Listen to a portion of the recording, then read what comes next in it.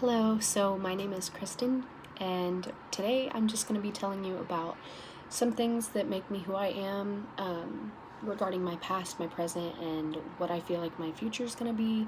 Um, and really, it's just a couple objects that are going to be something that's deep to me and that means a lot to me that I'm going to be sharing about. So, we really think that people, places, and things are very simple things. They seem to be very just basic, elementary things that we learn about whenever we learn to form sentences, whenever we talk about going somewhere, doing something with someone, something that means something to us, with someone that means something to us. And really they can be more significant. They can play to our own emotions in ways that we don't understand, that we might understand, like, why do you think that your best friend is your best friend? And it just shows us that we can grow deeper into the things that we believe, why we believe them, and how we apply that to our lives to make us who we are as people. So there are many different things that we can encounter throughout our lives that help to shape and mold us into the people that we want to be. The three main points are basically, like I said, past, present, and future. They're just simple things that I can hold. The last thing is going to be kind of something that you can't really hold, but we'll get to that later.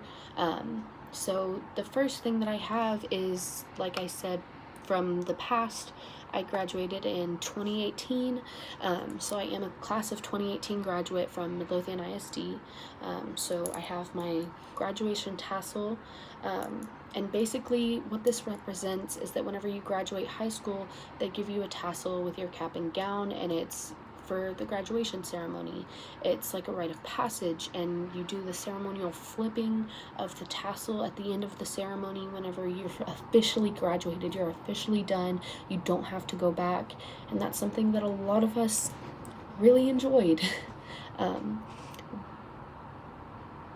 Whenever you think about a high school experience, or how hard a class was, and if you're graduated, then you know how much this means, just because it can be hard to get this sometimes, and a lot of people don't get this sometimes, and it's very special to me specifically, just because I didn't really struggle, but there were times that I went through in high school that didn't even really relate to high school, but since I was this young and that since I was in high school, it really affected everything that I did, and who I was around and all of this.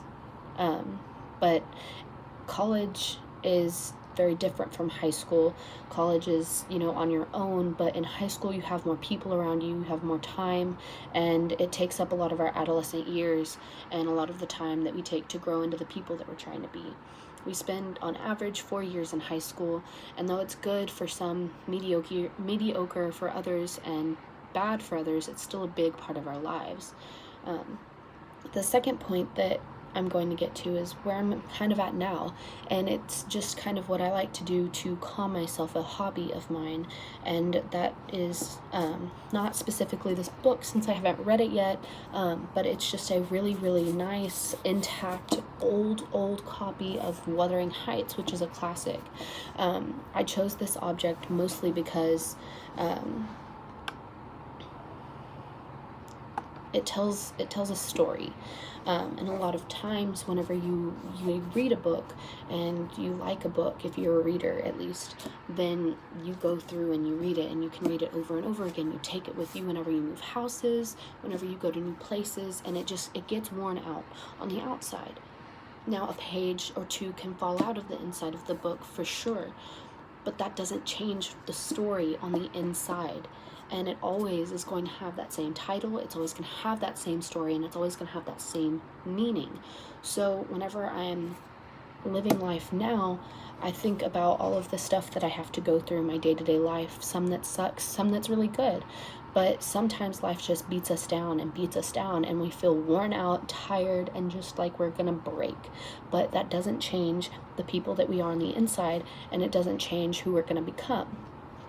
So the third point is also going to be using this, but like I said in the beginning, it's something that you can't really tangibly hold, but it's something that you can control. And as it is talking about the future in our third point, it's basically going to be like, I'm only 20, almost 21 years old. So this is probably how much of a book that I have, written for me right now. But this is all empty. This is all being written as I speak right now. And that's something that is, very deep to some, but it can be very superficial as well. Um, it's something that we can control, our lives, our future. It's something that we can change based on a decision that we make, a circumstance that we go through. It's something that is always changing constantly, and it's always something that we're growing into. So I picked the book just to represent that we're writing our own book, that we're writing our own story, and it's something that you can't really change. I'm not a time traveler. I can't really pull something from the future. So I'm going to use something that's in a way you can hold, but you can't, just because I like the metaphor of it. I like to read, I like to write, and I want to be a writer, possibly in the future. So I thought that it was a wonderful idea to just use something that you can shape as you move on through life.